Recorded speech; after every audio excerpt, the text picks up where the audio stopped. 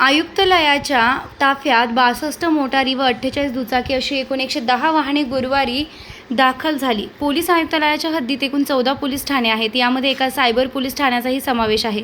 या सर्व पोलीस ठाण्यांकडे असलेली वाहने जुनाट झाली होती. या वाहनांची अवस्था बिकट झाली होती. आता सर्व पोलीस ठाण्यांना नवी वाहने पुरवली जाणार आहेत.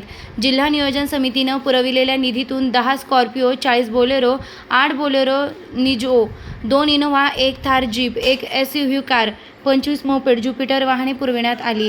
शहर पोलीस आयुक्तालयाकडे असलेल्या बॅरिगेड्सची अवस्था खराब झाली होती. यामुळे नव्या रेकॉर्ड्सची गरज भासत होती. नाकाबंदी व रहदारी नियंत्रित करण्यासाठी 67,25,000 रुपये खर्च करून 300 नवे बॅरिगेड्स खरेदी करण्यात आले आहेत. ताफ्यात आलेल्या नव्या वाहनांना जिल्ह्याचे पालकमंत्री दादा भुसे यांच्या हस्ते गुरुवारी आयुक्तालयात हिरवा झेंडा दाखविण्यात आला. यावेळी पोलीस आयुक्त संदीप कर्णिक, उपायुक्त प्रशांत बच्छाव, किरणकुमार चव्हाण, मोनिका राऊत, चंद्रकांत खांडवी, सहाय्यक आयुक्त संदीप मिटके, शेखर देशमुख, पद्मजा बढे चव्हाण, सुधाकर सुराडकर आदी पोलीस अधिकारी उपस्थित होते. दरम्यान भुसे यांच्या हस्ते उत्कृष्ट कामगिरी करणाऱ्या पोलीस निरीक्षक, पोलीस अंमलदार यांना प्रमाणपत्र देऊन गौरवण्यात आलंय. स्टार लक्ष मराठी न्यूजसाठी रफिक सय्यद.